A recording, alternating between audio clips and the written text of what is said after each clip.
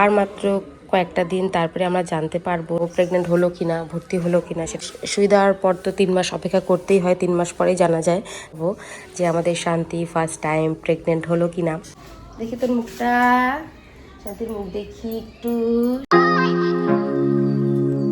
Hello friends, good morning. তোমরা সবাই কেমন আছো? আশা করছি তোমরা অনেকটাই ভালো আছো। তো আমাদের কিন্তু সকাল সকাল গোয়াল ঘর একদম পরিষ্কার, আর লালি আর সুন্দরী চলে গেছে মাঠে। আজকে সুন্দরীকে একটু দূরে দিয়ে আসি, মানে লালির সাথে। লালিকে আজকে দূরে দিয়েছি, সুন্দরী সেজন্য ওর মার সাথেই আছে।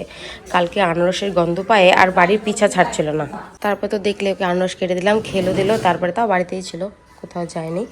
তো আর মাত্র কয়েকটা দিন, তারপরে আমরা জানতে পারবো যে আমরা যে শান্তিকে ইঞ্জেকশন করেছিলাম সেটা ঠিক আছে কিনা বা রয়েছে কিনা, বা ও প্রেগনেন্ট হলো কিনা, ভর্তি হলো কিনা সেটা জানতে পারবো।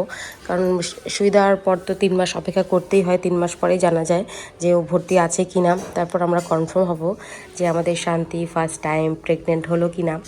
তো সেটারই অপেক্ষা। আর মাত্র কয়েকটা দিন।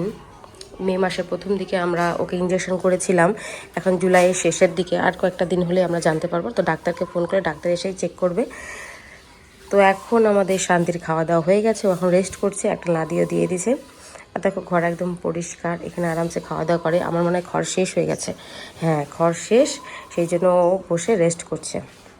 এখন এই খড় যদি দিই এখনই লাফিয়ে উঠবে। তো ওকে এখন ফটাফট একটু খড় দিয়ে দেবো, আর কয়েকটা দিন অপেক্ষা করব। আমার সাথে সাথে তোমরা অপেক্ষা করো আমাদের শান্তির গুড নিউজ শোনার জন্য।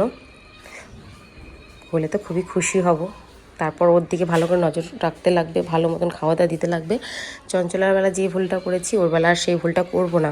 তো আমি এদিকে কিন্তু পুরো ঘেমে গেছি, জামা কাপড় কেচে আসলাম বলে উঠে গেছে। তো ওকে এখন ফটাফট একটা খড় দিয়ে দিই, সুন্দর একটা না একটু বেশি করে দিয়ে দিই, ও খেতে থাকুক। তারপরে আলসিয়া ঝাড়ছে।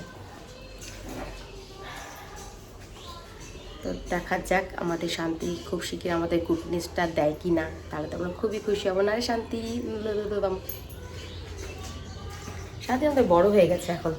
না রে শান্তি, বড় হয়ে গেছিস না তুই? হ্যাঁ, দেখি তোর মুখটা, শান্তির মুখ দেখি একটু। শান্তি বড় হয়ে গেছে। এ তোর মাথায় গোবর লাগা যাবে না তুই, হ্যাঁ মাথায় গোবর লাগাই দিয়ে থাকিস, লাগাই দিয়ে থাকিস। খড় দিব তোকে? হ্যাঁ ওই খড় খাবি? খড় খাবি? খড় খড় দিব?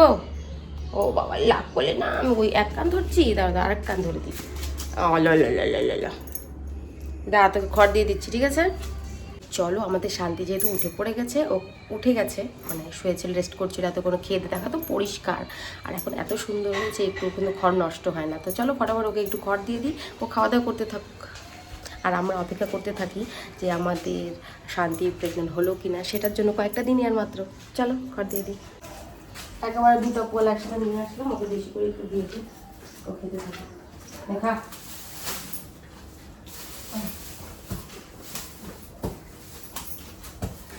তো চলো বন্ধুরা, টাটা।